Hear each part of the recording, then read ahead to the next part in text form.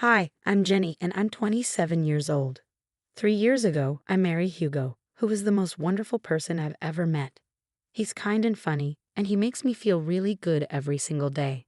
But there's a bit of a snag. His mom, Maria, isn't exactly my biggest fan. She's always had it in for me ever since we met. I get it though. Hugo is her precious son, and she doesn't want him to get hurt. She's just trying to look out for him, but sometimes she goes a bit too far. She's the kind of person who might do little things that bother you on purpose, making you feel like you're the one who's being unreasonable. You know how we all have someone like that in our lives, right? Unfortunately, for me, that someone is my mother-in-law. But I'm a bit different. I'm the kind of person who speaks up when something isn't right, and I don't hold back. I think that's why Hugo likes me. He's more quiet and gentle, and they say opposites attract, don't they? I've studied a bit of psychology, so I can tell when someone has not so nice intentions. I think our strong personalities clash, which might be why she said something not so nice the first time we met. Jenny, shouldn't you cut down on your food? Everyone at the table fell silent, shocked by the unexpected comment.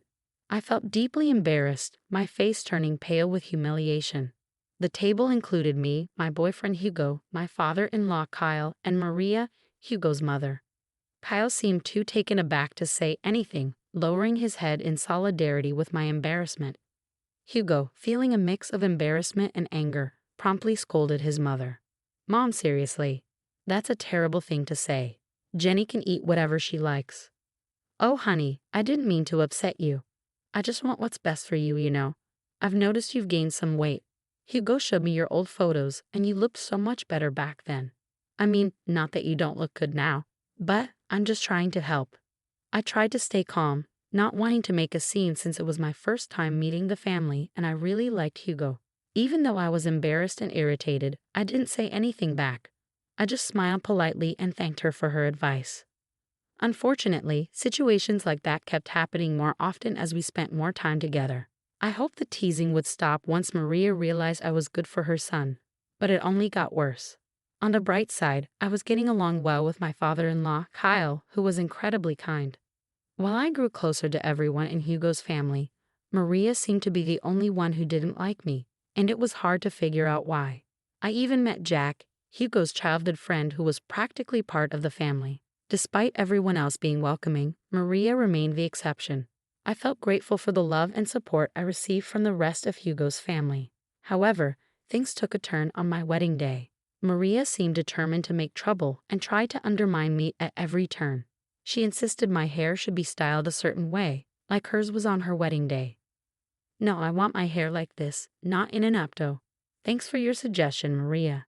I disagree. You look really unattractive. The bridal party gasped, but I wasn't surprised. I'd gotten used to Maria's comments. She tried to backtrack quickly.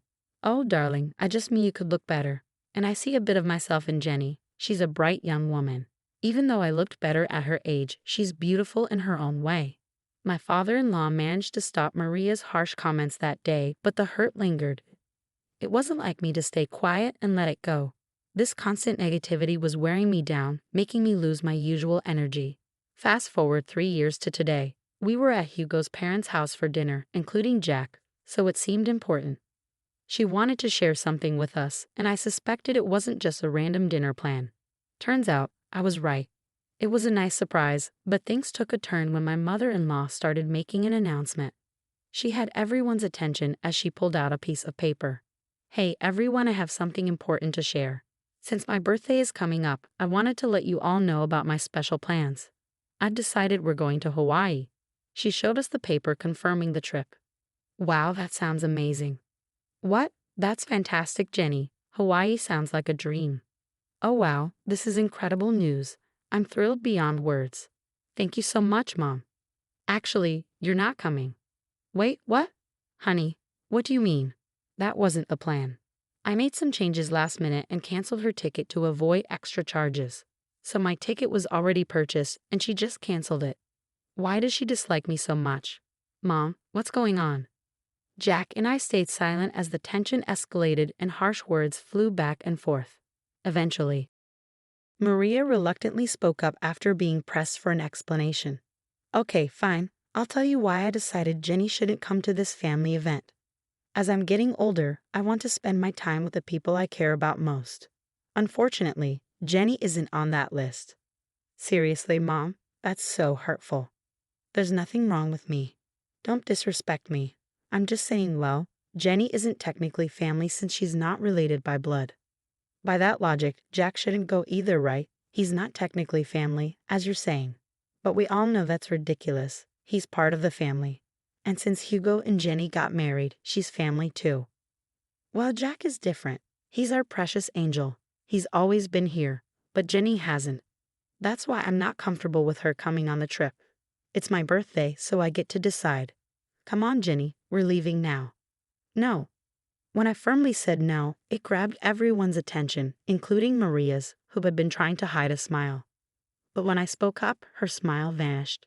Maria, you've made it obvious from the start that you don't like me. I've put up with your behavior for 3 years. Do you really think we don't notice how you act? You're a narcissist. Watch your tone, young lady. You're in my house. And I won't be staying much longer. Actually, I'm leaving right now. But before I go, I need to say something. I looked at my husband, whose eyes were filled with anger as he stared at his mother.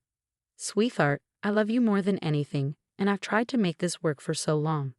But it's clear now that your mother will never accept me into this family, no matter what I do. She'll always have a problem with me. You should go on this trip. It's important and you can't miss it. Despite how difficult your mother can be, she's still your mother, and you love her. So you should go.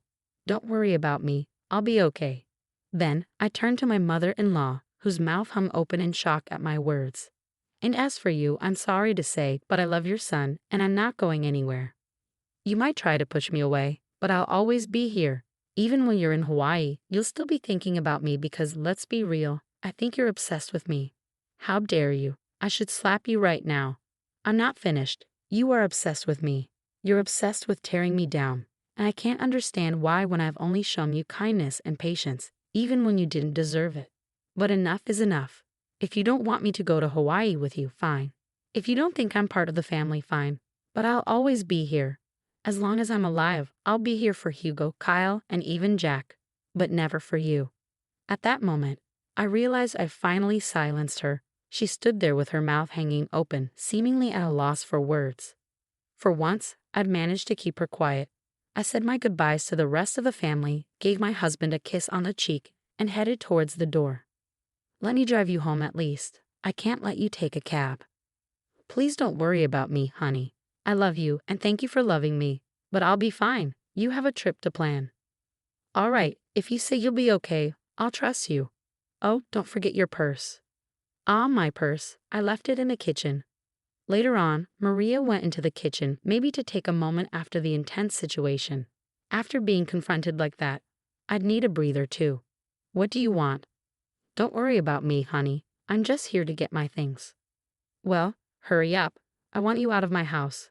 I can't believe you said those things to me. With that, she stormed out, too angry to even see me off. I rolled my eyes at her dramatics and reached for my purse. Next to it, I noticed a piece of paper with Maria's handwriting. I assumed it was the trip itinerary, feeling a bit bitter about not going. Curiosity got the better of me, so I grabbed it and started reading. Dear Jack, you've always been like a son to me, and I love you dearly. Oh, it's a letter to Jack. That's a bit unexpected, but I suppose it's nice. As I continued reading, my curiosity got the best of me. The love and care you've shown me over the years will never be forgotten. I hate to admit it, but even when it comes to my son Hugo, I feel like the love we once shared is fading. Wait, what? She loves Jack more than Hugo? That doesn't make sense. As I continued to read the letter, each line shocked me more than the last. I couldn't believe what I was seeing. There was so much to process, and although it wasn't right for me to read the letter, I'm grateful I did. After finishing it, I paced in the kitchen, trying to figure out what to do. Then it hit me. Everyone who needed to know about this letter was in the other room. It was time to act. I read the letter again to confirm what I had seen. Yep, it was the same shocking content. I walked back into the dining room, where only 3 pairs of eyes met mine. Jenny, I'm so sorry for what Maria is putting you through. Don't worry, you're coming to Hawaii with us. She's just going through a rough patch, but I'll talk to her and make her change her mind. I don't know what's gotten into her lately, but I'll fix it, Kyle said. Kyle, please don't worry about me. I'm fine. Actually, I found something interesting that I need to share with everyone, especially Hugo. Hugo and Jack looked concerned. Hugo might have thought I was about to ask for a divorce. Whenever I complained about his mother, he'd agree and wonder how I put up with it. I always told him it was because I loved him too much to leave and that I'd go through anything for him. I noticed Maria wasn't here. Where is she? She needs to be part of this too. I mentioned earlier she seemed a bit off after your confrontation. She said she got a headache and wanted to rest upstairs. She won't be down for a while. You know how she is about her beauty sleep. I sighed, irritated by Maria's habits that inconvenience others. This is really important. She needs to be here. It's okay, Jenny. You can tell us, and we'll let her know when she wakes up. I hesitated, wanting Maria to hear this too. I think you should just tell us, honey. It's okay, and you know Hugo struggles with anxiety. It's not good to keep him waiting. That was true. Hugo's anxiety was noticeable, and I didn't want to add to it. Okay, fine. I'll show you what I found when I was in the kitchen getting ready to leave. It's something important that you all need to know about. I pulled out the paper and began to read. It says, "Dearest Jack, you've always been like a son to me, and I love you dearly. The love and care you've shown me won't be forgotten. But even when it comes to my son Hugo, I feel like our love isn't the same." What? What does this mean? As I continued reading, the words sent shockwaves through the room. Hugo, things between us just aren't the same anymore. And I think it's because of Jenny. Since he married her, he's drifted away from me. He doesn't love me anymore. And so I don't think I love him either. But you're my son, and I love you. I've decided to update my will so that you inherit everything, not Hugo. I know it might hurt him, but I don't care anymore. That Jenny girl is to blame. She's poisoned my feelings for him. I hope you understand. I didn't want to tell you in person because I couldn't bear to see the rejection on your face. I know you love Hugo like a brother, and you might not approve, but I don't care. Everything, the money, the house, the cars, even my businesses, they're all yours. If you want to talk about it more, call me. I love you forever, your second mom. When I finished reading, the room was filled with a mix of emotions. Kyle looked like he might cry. Jack was stunned, but Hugo looked furious, like he was ready to explode. I can't believe she said all that. Is she serious? She cut me out of her will just because of Jenny? She's gone mad. I'm speechless. This is too much. I'm done with her toxic behavior. What do we do now? In that moment, an idea struck me. 1 week passed, and it was time for the planned Hawaii trip. Maria woke up to find a note from her husband on her bedside table. "Good morning, beautiful. We decided to let you sleep in a bit longer. Don't worry, your bags are all packed. Just meet us at the airport." Maria quickly got ready and headed to the airport, searching anxiously for her family members. She tried calling them, but nobody picked up. Assuming they were already on the plane, she hurriedly boarded her flight, hoping to meet them in Hawaii. She endured the 12-hour flight, and once she landed, Maria video called Kyle. "Hello. Kyle, where are you guys? I woke up late and saw your note, which was cute if I hadn't slept in. I got to the airport and tried calling, but no one answered. I assumed you had already boarded, but now we're in Hawaii. How exciting. Where are you? Let's meet up and start the fun." "That won't be happening, Maria." "What do you mean? Where are you?" "I'm at home." "What?" "I'm at home. We're all at home. Say hi, everyone." Kyle showed Maria on his phone that they were all sitting at the dining table where they received the upsetting news a week ago. "What do you mean? Why are you at home?" "You see, Maria, Jenny shared some eye-opening information with us last week. Since then, we decided we'd rather spend our time in Florida with her than anywhere else with you." Maria gasped. "You think I wouldn't find out?" "Find out what, dear?" "Oh, don't try to sweet-talk me. You were really planning to cut me out of the will, Mom." Hi, how did you even find out about that?" "That girl you despise, Jenny, found your letter in the kitchen." "I don't know what you're talking about. Maria, lying won't help." "Jack, you have to believe me. I didn't do anything like that. We all read the letter. Maria, it's over." But, I didn't do anything. Jenny is lying." "Oh, really? You're so pathetic. It's nauseating. We all know the truth. Thank goodness I found that letter." "Hugo, Kyle, please." "No, Maria, enough. You're done. You don't get to say anything. Your hatred blinded you, and now you have to face the consequences of being alone on your birthday because of your actions. Use this time to reflect. But I'll be alone. It won't be fun. Maybe people would want to hang out with you if you weren't so unpleasant. Enjoy. With that, Kyle ended the call. We all sighed with relief, and I couldn't help but start laughing. Hugo joined in, and soon we were all laughing at the absurdity of it all.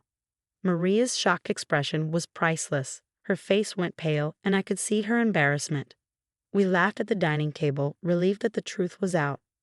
Maria spent her vacation alone, desperately calling Kyle to join her to avoid canceling expensive reservations. However, Kyle refused, insisting on setting ground rules for their marriage upon her return. Maria's attitude changed drastically, becoming apologetic and frantic, surprising everyone. Hugo made it clear that Maria needed a major attitude adjustment to remain in his life, or he'd leave her. He warned that any disrespect would result in him cutting ties. Jack realized he needed to stop enabling Maria's behavior by being overly nice. Maria's trip turned miserable, and she risked losing the most important people in her life. Her relationships with them became rocky, and she faced the challenge of change. I told Maria I needed time to forgive her, refusing to intervene on her behalf. Despite her apologies, Maria still tries to mend the broken relationships she caused. I hope she learned her lesson.